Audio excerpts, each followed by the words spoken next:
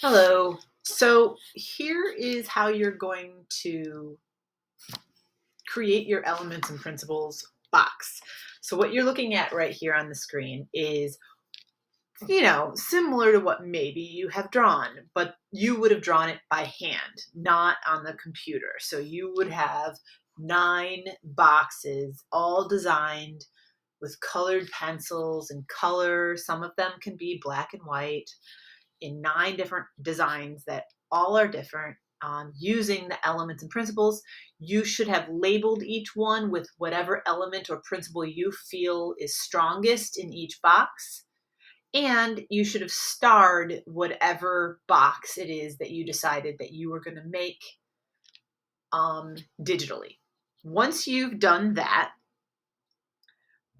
what you're going to do is you're going to move on to the digital portion. So I'm going to walk you through that part. So you're going to go to Illustrator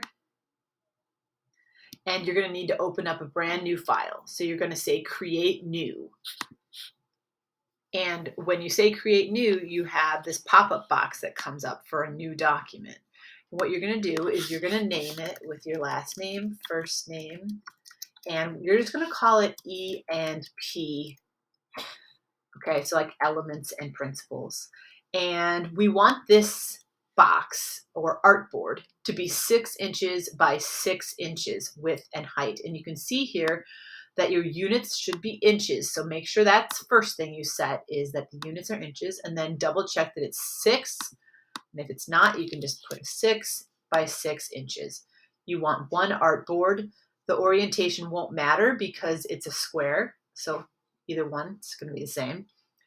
Don't worry about a bleed. You don't need a bleed. We'll talk about that later. Color mode should be CMYK. We will talk about that when I get back to class. Raster effects 300 ppi is just fine, and preview mode default is fine, and say create.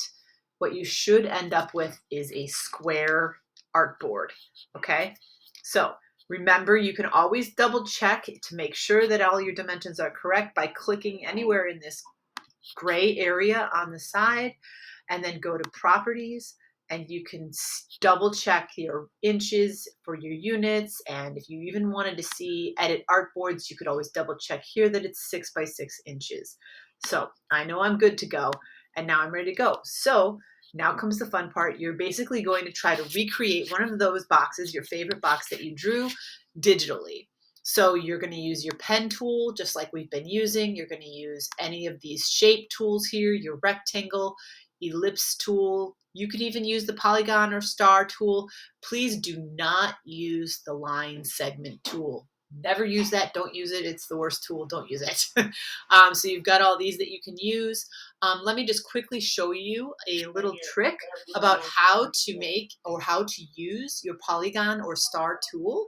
So these have multiple sides, and you can set how many sides they have very easily. So for example, if I wanted to use my star tool here, I just click on the gray area and up comes a pop-up box, and it will ask me how many points do I want my star to have. And I can even set the radius of my star. So the radius is the outer radius of the points and the inner radius of the inner points where it meets kind of in the middle. So if I was to say I want this to have 10 points and just leave this as is, I say okay, and there you go. You can see that it pops up my star like that. If I was to go back to this tool, and let me go back to that star tool, click in the gray area. So I'm just clicking right here, and let me just change my points down to maybe something like 5, and let me change this number. So let me put my radius as maybe 9 here. Ooh. And I'm going to leave that one at 2 and say okay. And then there's my star that it just made for me. And of course, you can flip these around and stack them and do all that cool stuff. So that's the tool for the star. And then if I want to do the polygon, I as well can just click right here in the gray area. And I have the same choices. I have how many sides and the radius of them. So if I just go with the 6 one, you can see here I have it. Now, if you weren't thinking about this, let me just tell you, if you click in the gray and you say 3 sides, you're going to get a triangle. So if you need to make a triangle, you can obviously make it by hand with your pen tool, but you can also use that polygon tool and set it at 3 sides. So these are some of the tools that you can use to create this shape. If you've already learned how to use more tools than that, great, go for it. Have some fun with it. I will be back as soon as I can to let you know more. And then also, don't forget, you do not want to just draw with your default black and white fill. So give yourself a fill of nothing and a stroke. Double click on this stroke box here to pick a color for your stroke.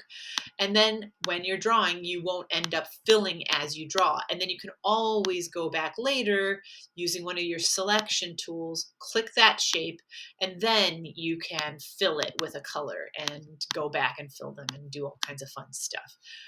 And last but not least, don't forget about your layers. Your layers should all be labeled and organized. So I want you to have some layers in here that indicate what your shapes are, and just making sure you understand where they are and what that means as far as what's on top of each other and the creativeness you can express with this box. So go crazy with it, have fun, get as abstract as you can, and try to incorporate one of those or many of those elements and principles of design into your piece. All right, have fun designing.